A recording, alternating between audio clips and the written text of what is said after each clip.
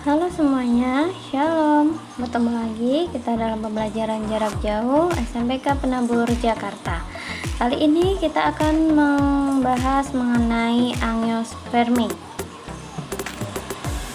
Kompetensi dasar pada pembelajaran kali ini adalah mengklasifikasikan makhluk hidup dan benda berdasarkan karakteristik yang diamati. Tujuannya, yang pertama, siswa mengetahui karakteristik tanaman angiospermae. Kedua, siswa dapat membedakan karakteristik tanaman monokotil serta dikotil. Yang ketiga, siswa mengetahui contoh tanaman yang termasuk kelompok monokotil dan dikotil. Apa yang kalian ketahui mengenai angiospermae? Angiospermae terdiri dari dua kata. Yang pertama adalah angion yang berarti wadah, kemudian ada sperma yang berarti biji. Tumbuhan golongan ini disebut sebagai tumbuhan biji tertutup karena bijinya dilindungi oleh daging buah. Angiospermae merupakan kelompok tumbuhan yang dapat dijumpai di berbagai habitat, mulai air tawar, air laut, tepi pantai maupun daratan, dan jumlahnya paling banyak di antara kelompok tumbuhan yang lain. Berikut merupakan perbedaan antara gimnospermae dan angiospermae. Jika kita lihat di gimnospermae, bentuk akarnya adalah akar tunggang, batangnya sudah berkambium, dan tidak memiliki bunga pada umumnya karena bunganya membentuk strobilus atau juga yang disebut dengan bunga rujung. Sedangkan angiospermae, bentuk akarnya atau jenis akarnya itu ada akar tunggang dan akar serabut. Kemudian batangnya ada yang berkambium dan ada yang tidak, dan memiliki bunga.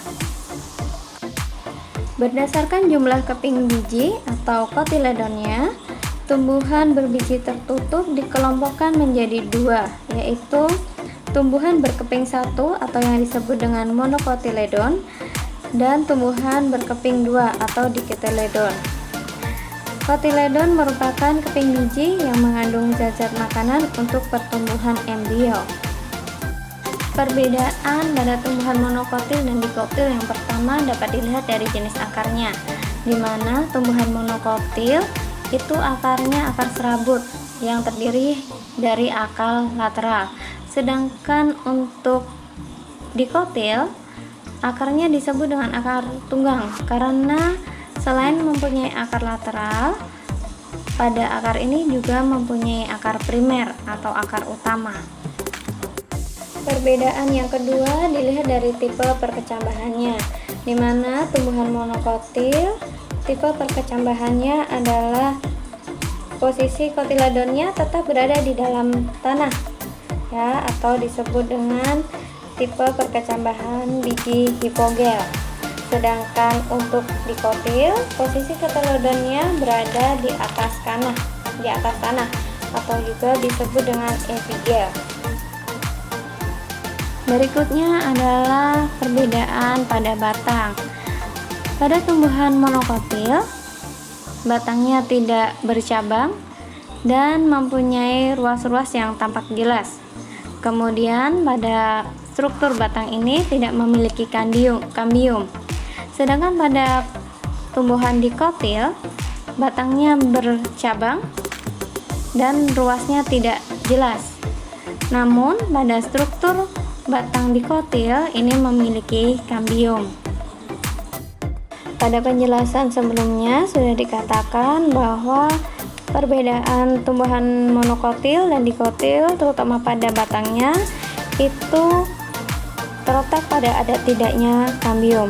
Nah, ada tidaknya kambium ini akan berpengaruh terhadap letak berkas pengangkut yang berupa xilem dan floem. Karena tumbuhan monokotil tidak mempunyai kambium, maka xilem dan floemnya tersebar. Berbeda dengan tumbuhan dikotil di mana di batangnya terdapat kambium sehingga xilem dan floemnya dapat tersusun dengan rapi. Perbedaan yang berikutnya dilihat dari jenis tulang daun. Pada tumbuhan monokotil, jenis tulang daunnya adalah sejajar atau melengkung.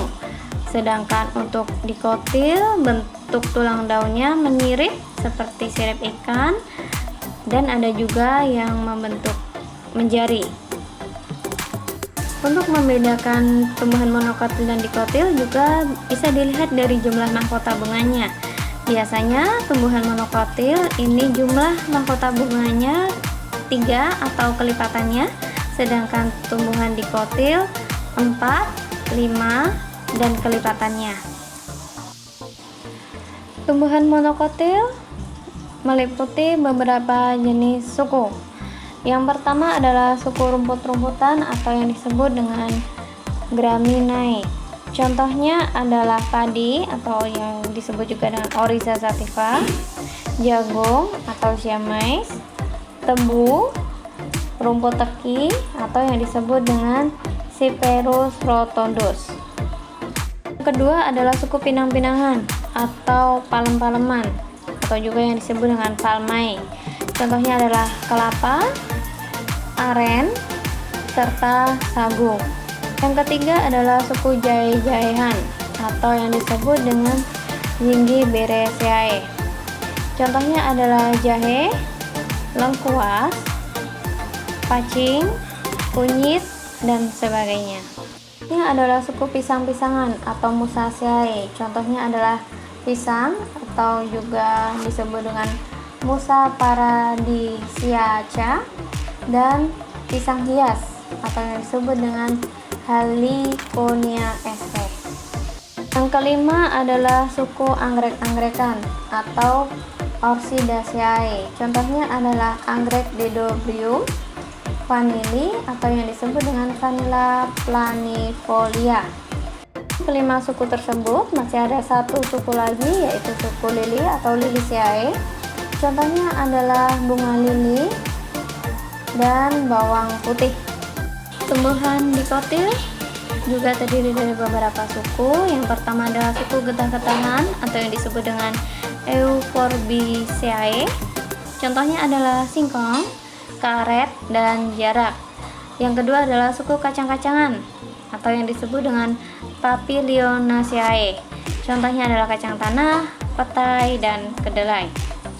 Yang ketiga adalah suku terong-terongan atau yang disebut dengan Solanaceae. Contohnya adalah terong, kentang, tomat, dan cabai. Yang selanjutnya adalah suku kopi-kopian atau Rubiaceae.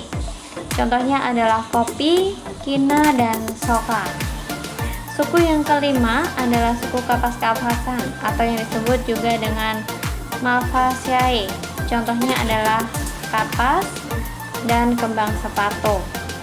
Sedangkan yang terakhir adalah suku jambu-jambuan atau yang disebut dengan Myrtaceae. Contohnya adalah jambu air, jambu biji, kayu putih, dan cengkeh.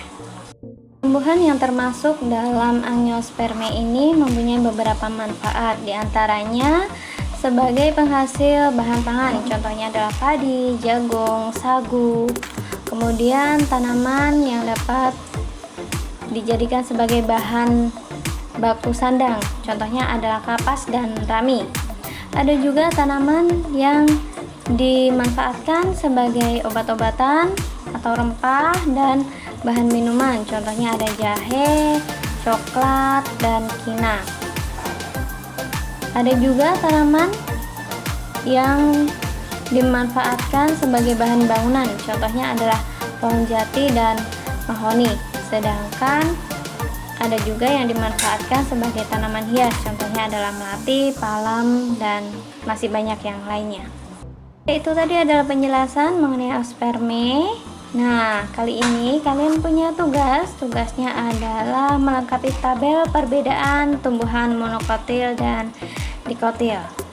Nanti kalian silakan berkelompok dan didiskusikan secara berkelompok. Demikian pembelajaran kita hari ini. Semoga apa yang kita pelajari dapat berguna bagi kehidupan kita. Tetap semangat dalam belajar. Tetap jaga kesehatan kalian. Terima kasih. Tuhan Yesus memberkati.